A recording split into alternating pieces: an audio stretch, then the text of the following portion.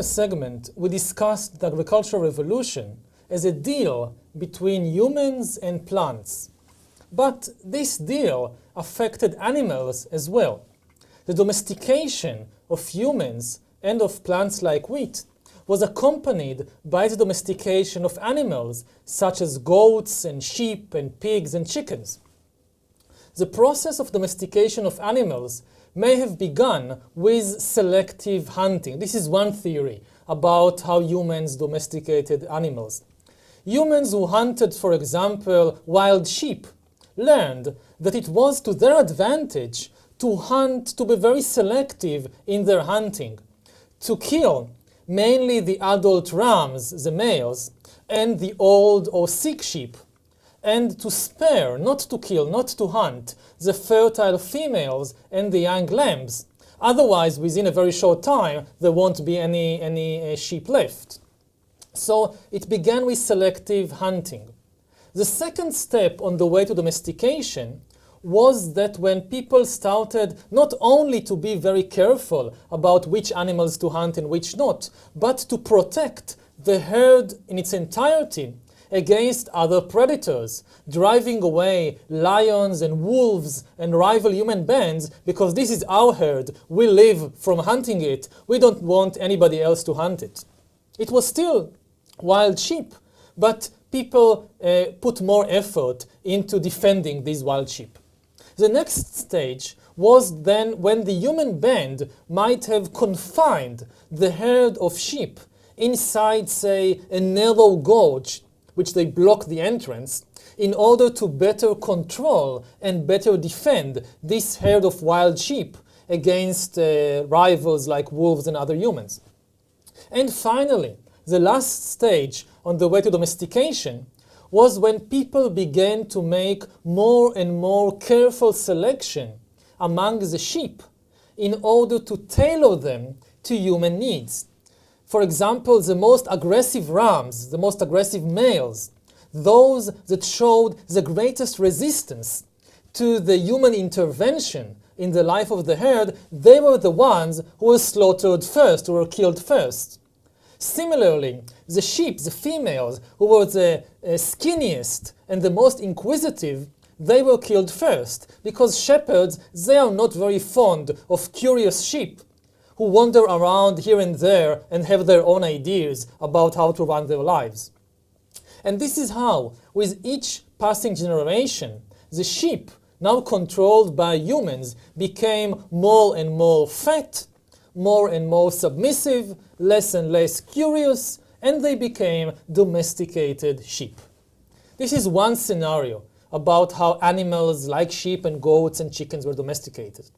Another scenario, quite similar but still different in some respects, says that it all began when hunters caught and adopted a little lamb, fattening it for some weeks or months when there was plenty of food, and when there was not enough food around, they killed it and ate it. It was a kind of insurance.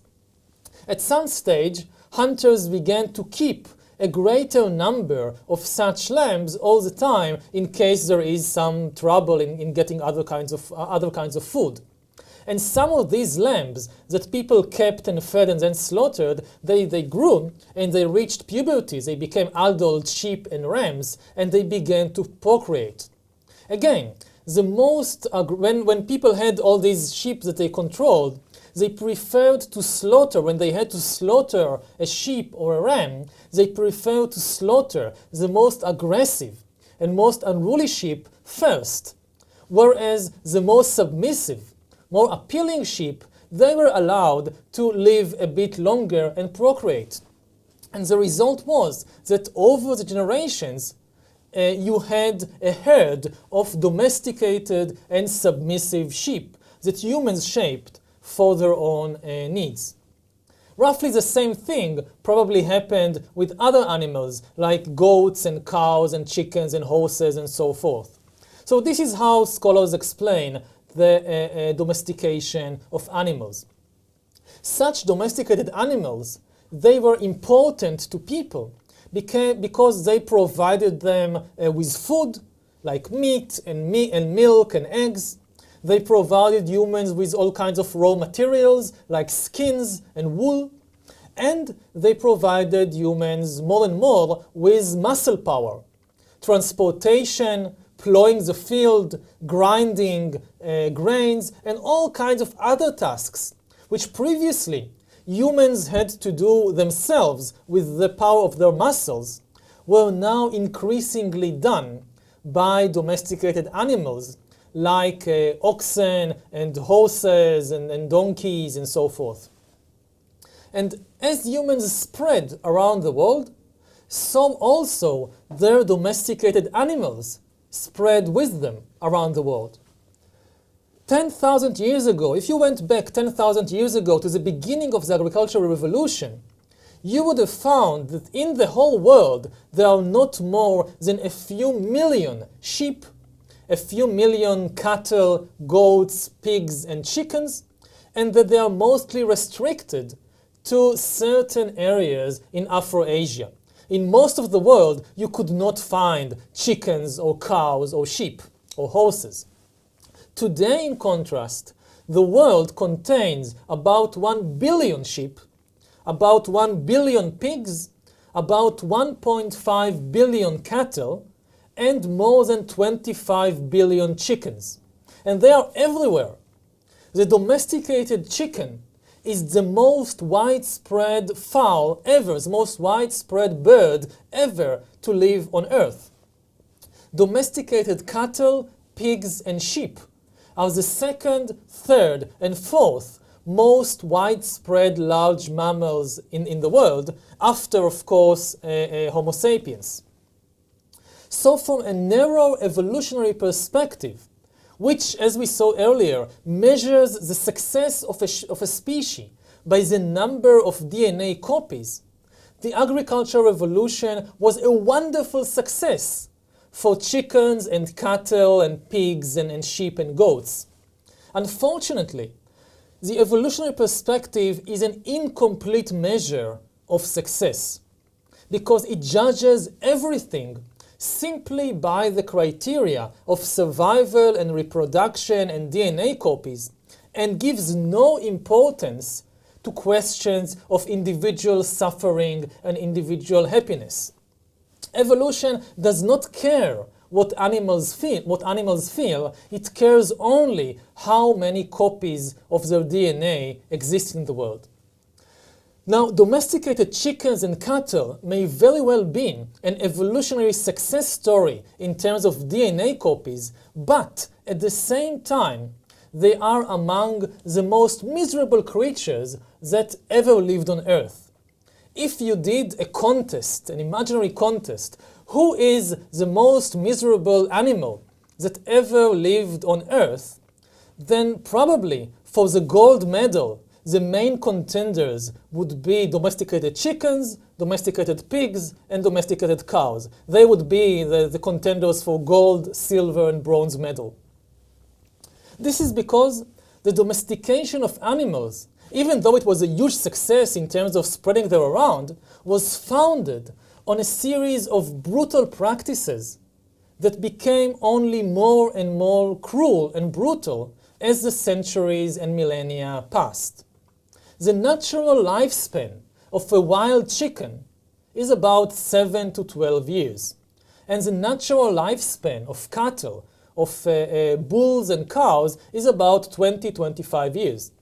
In the wild, most chickens and most cattle died long before that because some fox or some lion ate them.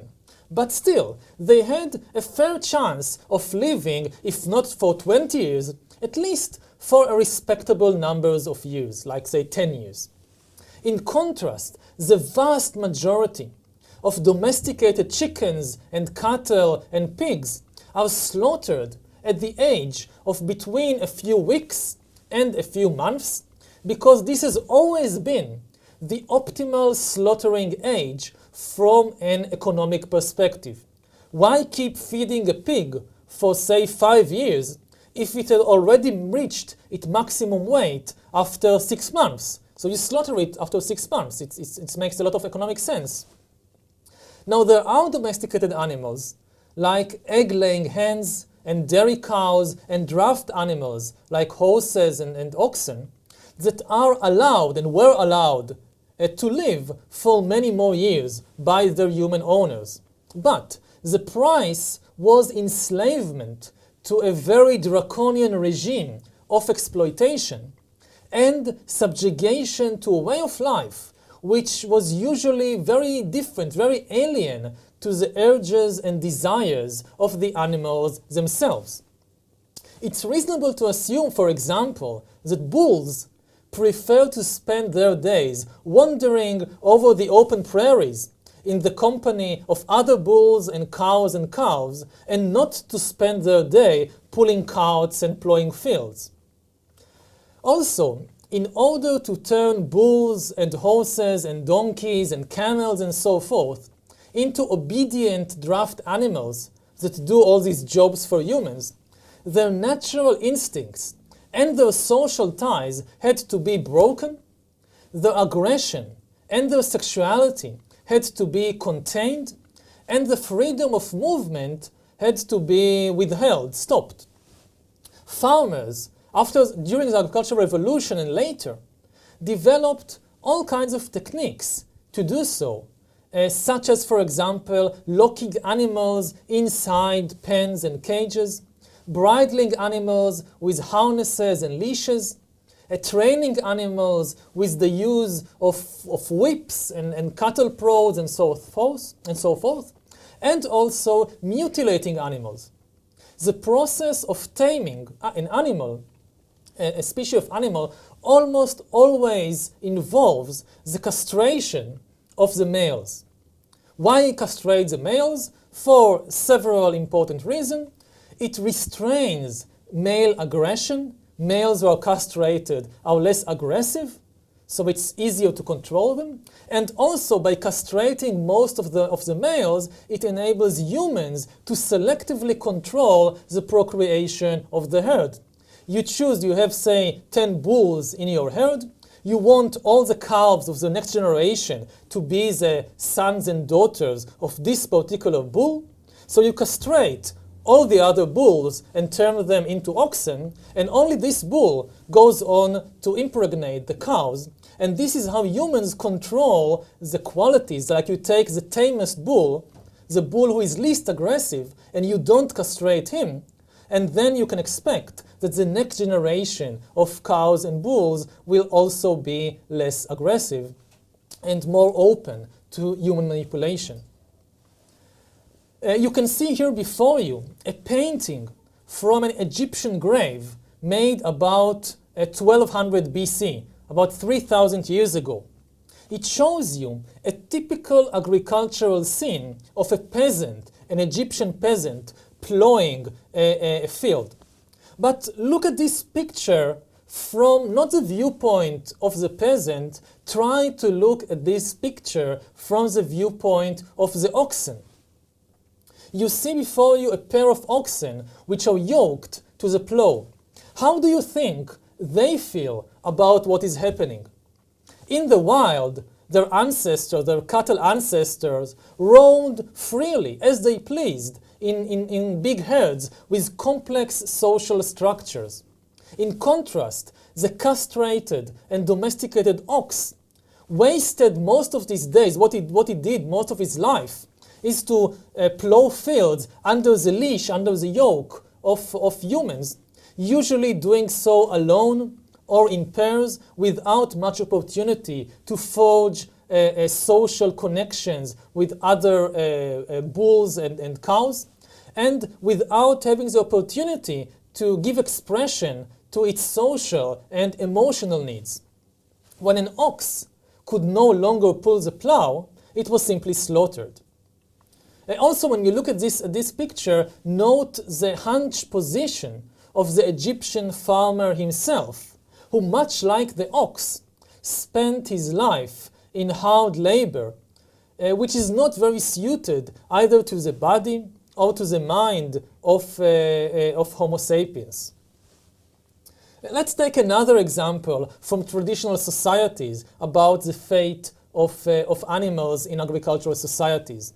In the island of New Guinea, in many societies, the wealth of a person and the status of a person has traditionally been measured by the number of pigs he or she owns. Pigs are very, very important in most New Guinea societies, so people try to accumulate as many pigs as possible. However, pigs, they are problematic because pigs are very intelligent animals. One of the most intelligent animals in the world is the pig. It's quite close to us in many ways. So it's difficult to control pigs. In order to ensure that the pigs can't run away, farmers in certain societies in New Guinea, what they did is to slice off, to cut a part of the nose of the pig. This causes the pig severe pain whenever it tries to sniff around. And pigs, they are dependent, they have poor eyesight, and they are dependent on their sense of smell as much or even more than on their sense of sight. Now, pigs have a lot of difficulty finding food, or even finding their way around without sniffing all the time in all kinds of corners.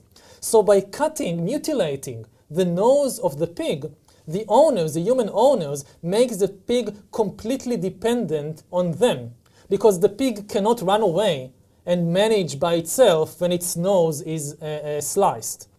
In another part of New Guinea, they also very often take out the eyes of the pigs, because the pigs don't need eyes. The humans take care of all their needs, and they just stay there, and the humans take out their eyes, so the pigs won't have ideas to run away and manage it by themselves. The dairy industry, the manufacture of milk, has had its own ways of controlling animals and extracting milk from animals.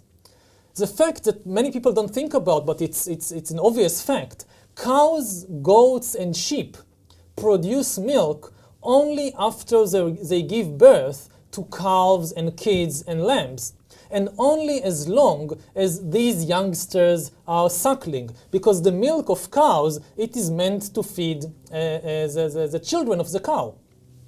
Now, in order to ensure a continuous supply of animal milk, like cow's milk, a farmer needs all the time to have calves and kids and little lambs for suckling. But on the other hand, this is a big dilemma of the dairy industry. On the one hand, you have to have these calves, otherwise the cow would not give any milk. On the other hand, you don't want the calves to actually drink the milk, because you want the milk to yourself and to your customers, not to the calves. So what to do? One common solution, one common method throughout history was to simply slaughter the calves and the kids, the little animal, shortly after they are born, milk the animal, milk the mother, the cow, the sheep, for all she was worth, and then immediately get her pregnant again in order to ensure the continuation of the milk supply. And this is still a very, very widespread technique in the 21st century. In many modern dairy farms, a milk cow usually lives for about 5 years before being slaughtered. After 5 years, her milk production goes down and she is slaughtered.